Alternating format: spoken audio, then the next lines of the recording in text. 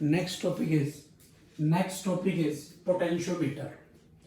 Potentiometer क्या होता है, नाम से पता लग रहा है पोटेंशियोमीटर। पोटेंशियो मतलब पोटेंशियल डिफरेंस, मीटर का मतलब जो एक इंस्ट्रूमेंट जो मेजर करे। तो potentiometer is an instrument which is used to measure the potential difference or to compare the EMF of two given primary cells or to find the internal resistance of a given primary cell। समझ आ गई बेटा? Potentiometer is an instrument used to measure the potential difference or to compare the EMF of two given primary cells or to find the internal resistance of a given primary cell। ठीक है, बहुत important topic है। NEET में almost हर साल एक question आता है, इस पे बेस बहुत सारे क्वेश्चन हम प्रैक्टिस करेंगे, देखेंगे। अभी पोटेंशियोमीटर का क्या बेटा सर्किट डायग्राम कैसे बनता है, इसका क्या इंस्ट्रूमेंट का डायग्राम कैसे है। ये मेरे पास ये थी कॉपर की स्ट्रिप है,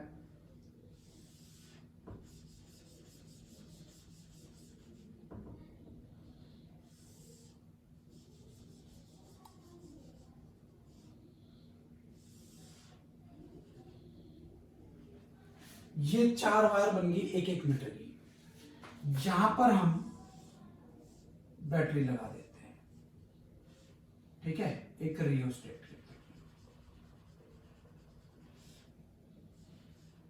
ये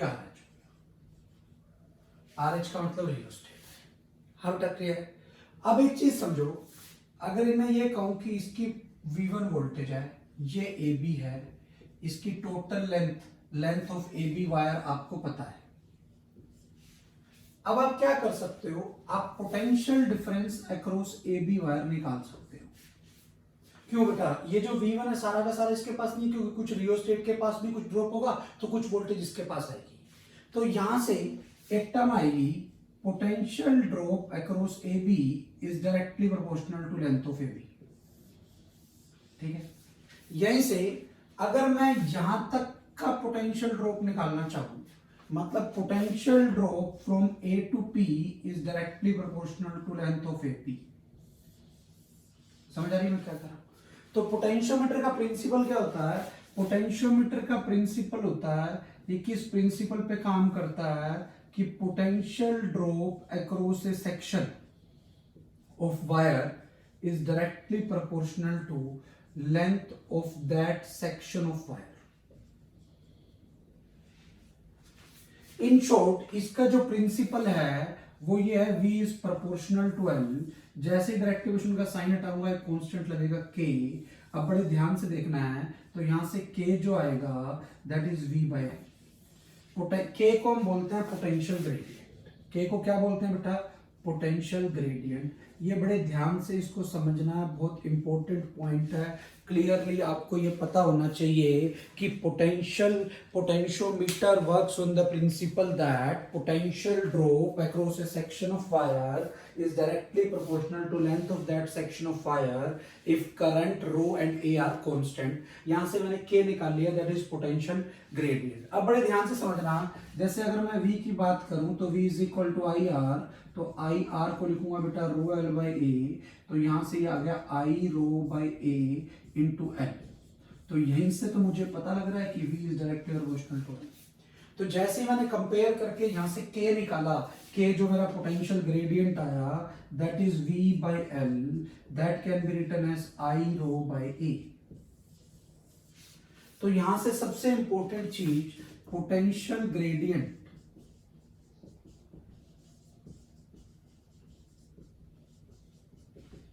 is independent of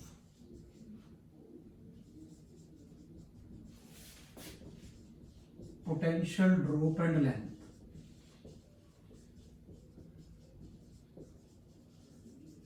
and depend only on current rho and A। I current है, रो रेजिस्टिविटी ऑफ द मटेरियल है, A area of cross section है। यहीं से अगर मैं V में और L में ग्राफ प्लॉट करूं, भाई जैसे जैसे लेंथ बढ़ाता चलूं तो पोटेंशियल ड्रॉप भी बढ़ता जाएगा, ग्राफ स्ट्रेट लाइन आएगा, इस ग्राफ का स्लोप हमें K देगा।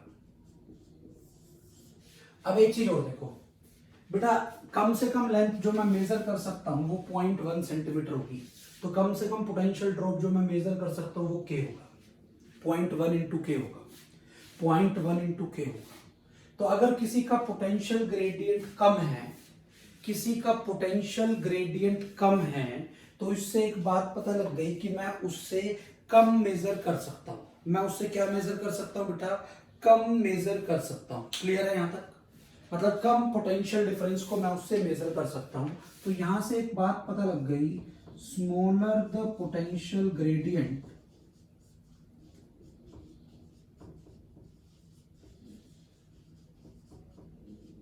of a potentiometer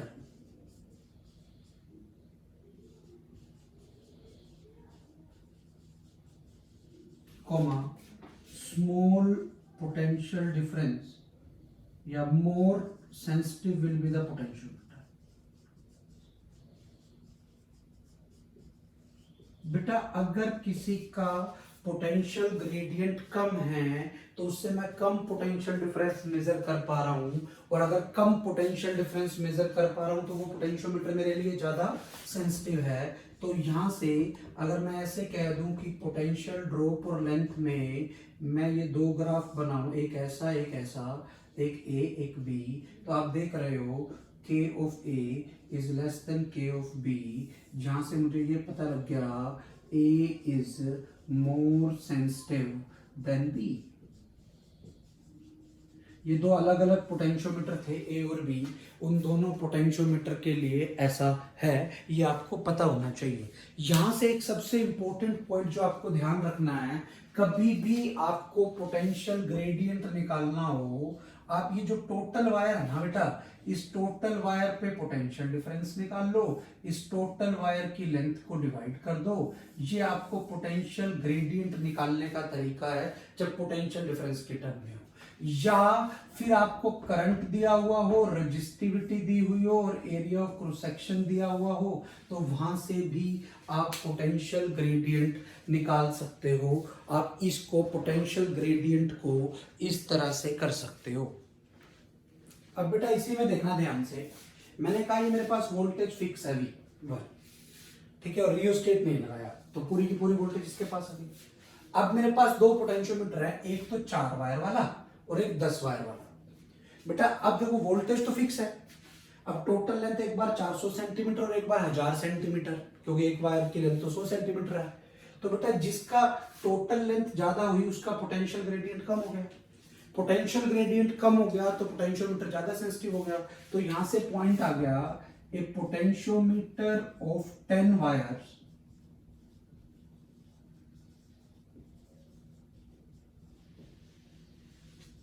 is more sensitive than potentiometer of 4 wires। Clear है? अगले पॉइंट को देखता हूं, मान लो ये रियोस्टेट के दो पॉइंट है P और Q, ठीक है। अब इफ पॉइंटर ऑफ रियोस्टेट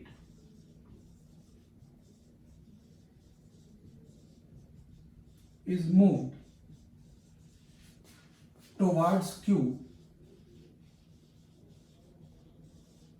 किसी साइड मूव करना स्टार्ट किया बेटा, Q की साइड, तो बेटा रेजिस्टेंस बढ़ गया, रेजिस्टेंस बढ़ गया तो करंट कम हो गया, करंट कम हो गया, क्यों? अभी इतना रेजिस्टेंस यूज हो रहा है, Q की साइड मूव करोगे रेजिस्टेंस बढ़ गया, करंट कम हो गया, करंट कम हो गया तो K कम हो गया, K कम हो गया, हाँ बेटा K क्या हो गया? कम हो गया, तो सेंसिटिविटी बढ़ गई, मैं ये कह सकता हूं, या कम और कम पोटेंशियल डिफरेंस को मैं मेजर कर सकता हूं, ये आपको ध्यान रखनी है, ठीक है। तो पोटेंशियल ग्रेडियंट हम कैसे चेंज कर सकते हैं? Potential gradient can be changed by changing current, rho, area, इनमें से कुछ भी चेंज कर दूं तो पोटेंशियल ग्रेडियंट चेंज हो जाएगा। अगला केस देखते हैं, how to compare the EMF of two given primary cells. ये मेरे पास दो प्राइमरी सेल्स हो गए, E1 E2, ये R1, ये R2। यहां पर मैंने 2 वे की लगा दी, यहां गैल्वेनोमीटर और गैल्वेनोमीटर से ज्योति। जब मैंने ये इसके और इसके बीच में डाली तो मान लो ये बैलेंसिंग लेंथ आ गई, ये L1 है, तो I will write it like E1 will be equal to KL1। और जब इसको हटा के इसमें डाली तो मान लो बैलेंसिंग लेंथ कहीं L2 पे आ गई, तो E2 will be equal to KL2। तो यहां से कंपेयर करके ये आ गया E1 by E2 is equal to L1 by L2। इस तरह से मैं दो प्राइमरी सेल्स की EMF को कंपेयर कर सकता हूं यूजिंग पोटेंशियोमीटर। बैलेंस पॉइंट देखते हैं गैल्वेनोमीटर के थ्रू जो की कनेक्ट की हुई है उससे। इसमें ना कुछ बहुत इंपॉर्टेंट पॉइंट्स हैं जो आपको डायरेक्टली पता होने चाहिए। पहला पॉइंट तो ये बेटा, इस सेल की पॉजिटिव पोलैरिटी, मेन बैटरी की पॉजिटिव पोलैरिटी जुड़ी हुई है, तो इनकी भी पॉजिटिव जुड़ी होनी चाहिए, तभी बैलेंस पॉइंट आएगा, अदरवाइज बैलेंस पॉइंट नहीं आएगा। दूसरा, मान लो ये 10 वोल्ट की बैटरी है, रियोस्टेट ना भी होता तो यहाँ ज्यादा से ज्यादा 10 वोल्ट का पोटेंशियल डिफरेंस आ सकता है, तो इन वोल्टेज को 10 से कम होना चाहिए, तभी इस वायर पे कहीं ना कहीं हमारे पास बैलेंस पॉइंट आएगा, अदरवाइज बैलेंस पॉइंट नहीं आएगा। मतलब ये वाले जो सेल्स हैं, इन सेल्स की EMF मेन बैटरी, जो ड्राइविंग बैटरी है, उससे कम होनी चाहिए, तभी हमारे पास नल पॉइंट आएगा, अदरवाइज नल पॉइंट नहीं आएगा। दूसरा नल पॉइंट कब आएगा, एक तो इसकी अगर पॉजिटिव पोलैरिटी जो है ना, तो सबकी पॉजिटिव होनी चाहिए, अगर इसकी नेगेटिव होती तो इसकी भी कैसी हो जानी चाहिए बेटा, नेगेटिव होनी चाहिए। अब वही बिल्कुल सेम लाइन पर अगर मैं कि कैसे करें, और अगर हम यहां से किसी सेल का इंटरनल रेजिस्टेंस निकालना चाहिए, क्या निकालना चाहिए बेटा, इंटरनल रेजिस्टेंस, तो वो देखना वो हम कैसे निकालते हैं। अब बड़े ध्यान से यहां पे समझना, अगर मैं एक सेल को ऐसे कनेक्ट कर दूं, यहां से,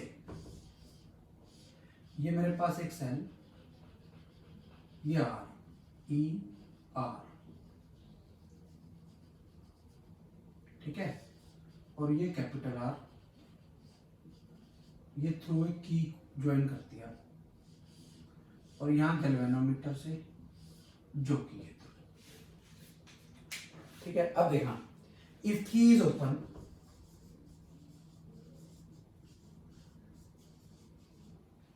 अगर की ओपन है तो हमें EMF पता लगेगी, दैट इज KL। इफ की इज क्लोज्ड तो मुझे V पता लगेगा, दैट इज KL। और यहां से मैं जो R निकाल रहा हूं, that is E/V - 1 × R। This is equal to R is equal to L1/L2 - 1 × R। ये इंटरनल रेजिस्टेंस निकालने का तरीका है। चाहे सेल के साथ इंटरनल रेजिस्टेंस हो चाहे ना हो, अगर मैं पिछले वाले केस की बात करूं, इससे बैलेंस पॉइंट पे कोई फर्क नहीं पड़ता। क्यों नहीं पड़ता बेटा, क्योंकि इस ब्रांच में तो कोई करंट नहीं जाना, क्योंकि गैल्वेनोमीटर ने तो 0 रीड करना है। जब गैल्वेनोमीटर ने 0 रीड करना है तो इसे इंटरनल रेजिस्टेंस के पास कुछ ड्रॉप नहीं होना होता।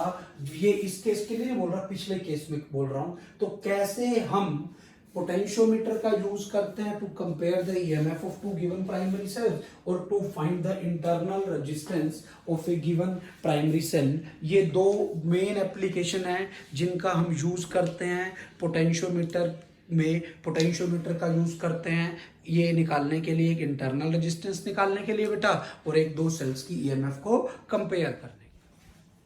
बेटा पोटेंशियोमीटर में एक पॉइंट बहुत इंपॉर्टेंट होता है, potentiometer is preferred over voltmeter to measure the potential difference because potentiometer works on null point method and there will be no current through the galvanometer while measuring the potential difference। तो इसलिए वहां पर कोई drop नहीं होगा, और voltmeter का खुद का कुछ ना कुछ रेजिस्टेंस होता है और वहां से कुछ ना कुछ करंट तो जाता ही है, तो वोल्टमीटर का खुद के पास भी कुछ ड्रॉप होता है। बट पोटेंशियोमीटर में, गैल्वेनोमीटर के पास कोई करंट नहीं होता, इसलिए पोटेंशियोमीटर में खुद के पास कोई ड्रॉप नहीं होता। ये आपको पता होना चाहिए। Potentiometer is preferred over voltmeter. क्यों, वो रीजन मैंने आपको भी समझा दिया। अब ये कुछ क्वेश्चन है जो नीट प्रीवियस ईयर में आया होगा, मैं वहीं से स्टार्ट करूं, फिर बाद में एक दो क्वेश्चन थोड़े से और भी देखेंगे। अभी ये नीट 2017 में आया हुआ क्वेश्चन है। A potentiometer is an accurate and versatile device to make electrical measurement of EMF because this method, अभी बताया, because the method involves क्या, एक condition of no current through the galvanometer. समझ में आ गया कैसे बेटा। अगले पे आ जाओ, नीट 2016 में आया हुआ क्वेश्चन है। अब बड़े ध्यान से समझना क्या कह रहा है। A potentiometer wire is 100 centimetre long and a constant potential difference is maintained across it. Clear है यहां तक, मतलब ये भी कांस्टेंट है, लेंथ भी फिक्स है, तो बेटा इसका मतलब ये हो गया पोटेंशियल ग्रेडियंट कांस्टेंट हो गया। Two cells are connected in series first to support each other, support one another. अगर दो सेल एक दूसरे को सपोर्ट कर रहे हैं तो E1 plus E2 will be equal to K into 50 and then in opposite direction, तो बेटा E1 minus E2 will be equal to K into 10। एक बार सपोर्ट कर रहे हैं, एक बार क्या कर रहे हैं बेटा, अपोज कर रहे हैं, तो एक बार प्लस एक बार माइनस। तो अगर मैं इनको डिवाइड कर दूं, K से K कट गया, तो ये क्या बच गया, यहां से रिजल्ट आ गया E1 plus E2 by E1 minus E2 is equal to 5/1। Cross multiply करता हूं, यहां से आ गया E1 plus E2 is equal to 5E1 minus 5E2। उधर लेके आता हूं 4E1 is equal to 6E2, ये इधर, तो यहां से आ गया बेटा E1 by E2 is equal to 6/4 which can be written as 3/2। कितना आ गया बेटा, 3:2, ये 3:2 आ गई। समझ में आ गया कैसे किया। आगे आ जाते हैं। A potentiometer wire of length capital N and resistance small R connected in series with a battery of EMF E0 and a resistance R1।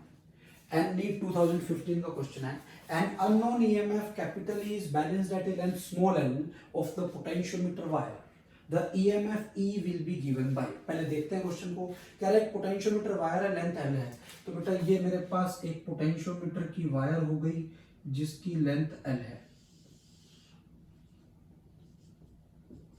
इस पूरी की लेंथ l है, ठीक है। रेजिस्टेंस R है, लेंथ l है, रेजिस्टेंस R है, are connected in series with a battery of EMF E0 and resistance R1। इसको एक बैटरी से कनेक्ट किया, ये एक बैटरी से कनेक्ट कर दिया, इस बैटरी की EMF E0 and resistance R1। हम क्या क्लियर है। An unknown EMF capital E, ये मेरे पास एक अननोन EMF है capital E, is balanced at a length small l of the potentiometer wire. ये यहां पर बैलेंस हो रही है through a galvanometer, galvanometer 0 read कर रहा है, और ये लेंथ स्मॉल l है। The EMF E will be given by, कोई डाउट है यहां तक। अब पोटेंशियोमीटर का रूल ये कहता है अगर मुझे E निकालना है तो I will write it like KL। बस अब मुझे K निकालना है। क्या निकालना है बेटा, K। अब आपको पता होना चाहिए K निकालने का एक ही तरीका है, potential difference across wire bye length of the wire. मैंने आपको पहले भी बताया कि पोटेंशियल ग्रेडियंट आप ऐसे निकालोगे। अब इसको मैं ऐसे लिख सकता हूं, this is equal to I resistance of AB by length of AB। हाँ बेटा क्लियर है। तो यहां से क्या बन गया, K will be equal to I, कितना आएगा बेटा, मेन करंट इसने चलाना है तो हम करंट में सिर्फ मेन बैटरी का रोल देखते हैं, तो करंट आएगा बेटा E0 by R1 plus R, E0 by R1 plus R, clear, into RAB, resistance of AB wire is small r, by length of AB wire is capital L।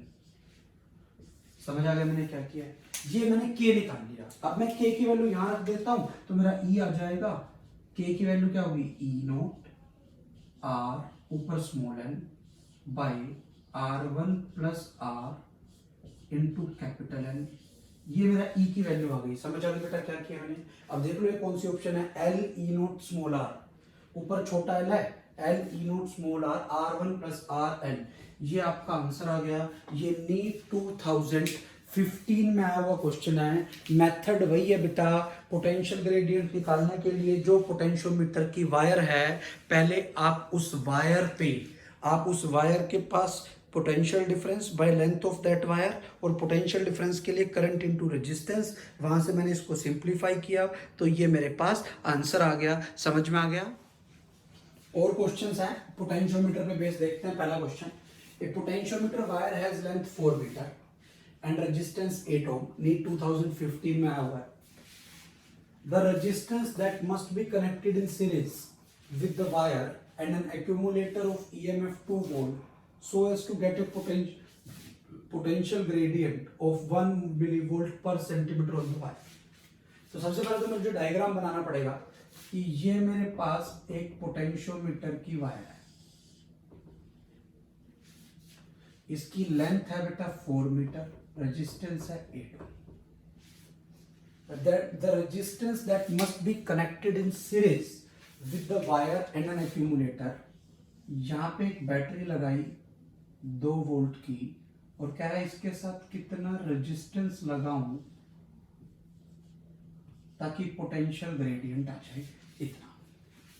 हमें पता है potential gradient निकालने का एक ही formula है, VAB by length AB। हम क्या clear? यहां से पोटेंशियल ग्रेडियंट की वैल्यू होगी 10 टू द पावर -3 वोल्ट पर सेंटीमीटर, है ना, पर सेंटीमीटर है, इसको सेंटीमीटर में बना लूंगा बाद में, is equal to potential difference कितना आएगा I इंटू आर। करंट कितना बनेगा बेटा, पोटेंशियल डिफरेंस को लिखूंगा I into R A B by length of A B. यहां से मैं इसको ऐसे लिख सकता हूं 10 की -3 इज इक्वल टू करंट कितना होगा बेटा 2/8 plus R, 2/8 plus R, clear, into resistance of A B is 8, resistance of A B is 8, clear, by length of A B. बेटा ये सेंटीमीटर में है तो आपको भी सेंटीमीटर में लिखनी है, 4 मीटर को सेंटीमीटर में बना हुआ 400। हाँ भाई क्लियर है यहाँ तक। अब मुझे इनकी कैलकुलेशन करनी है। 8 पे गया 50, 2 पे गया 25, यहां कर देता हूं थोड़ा सा, क्या बना 1/1000 is equal to 1/25 into 8 plus R, ये गया 40, 8 plus R is equal to 40, R is equal to 32 ohm is your answer. तो अगर मुझे आंसर देखना हो तो आंसर आपका ये वाला आ गया। समझ में आया बेटा मैंने कैसे किया है? कंसेप्ट वही है, पहले पोटेंशियल ग्रेडियंट निकालना है, पोटेंशियल ग्रेडियंट निकालने का वही मेथड है, current into resistance of the wire bye length of the wire. Simplify किया, लिख दिया इसको और कैलकुलेशन करके ये मेरे पास रिजल्ट आ गया। क्लियर है? अब आता हूं बेटा अगले क्वेश्चन पे। अगले क्वेश्चन को देखते हैं। अगला क्वेश्चन क्या है? अगला क्वेश्चन ये है कि a potentiometer circuit has been set up for finding the internal resistance of a given cell, NEET 2014 में आया होगा। The main battery used across the potentiometer wire has an EMF of 2 volt and a negligible internal resistance. The potentiometer itself, potentiometer wire itself is 4 meter long. When the resistance capital R connected across the given cell has values of infinity, बेटा infinity resistance होने का मतलब है circuit open हो गया, और open circuit में क्या पता लगती है हमें? ईएमएफ लगती है। किसी चीज का रेजिस्टेंस इन्फिनिटी हो जाए मतलब वहां करंट नहीं जाएगा, सर्किट ओपन हो गया। और जब 9.5 ओम किया तो बैलेंसिंग लाइन 3 मीटर और 2.85 मीटर आ गई, तो आपको value of internal resistance of the cell निकालनी है। तो बहुत आसान क्वेश्चन है। इंटरनल रेजिस्टेंस का फॉर्मूला तो ये था,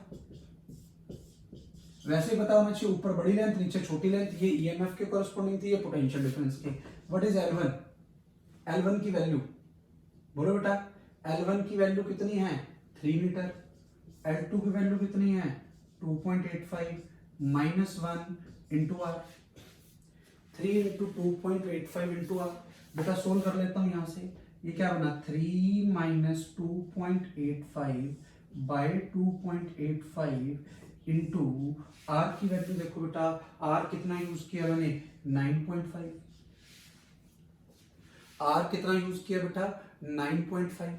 ठीक है, अब देख लेते हैं, ये आ गया 0.15 by 2.85 into 9.5 ohm, this will be your R. हाँ बेटा क्लियर है? कैलकुलेशन करता हूँ तो R की वैल्यू आ गई 50/285 इंटू 95/100। क्लियर है? ये देखो, ये जा रहा है 15 पे क्या? हाँ चला गया। 15 कम 15, 13 बचा। 15 इंटू 9 135 होता है, ठीक है। ये 19 पे क्या है? 19 5 जा 95, 5/20 बच गया, 5/100 बच गया। 5/100 का मतलब 0.05 ओम, 0.5/100 बच गया।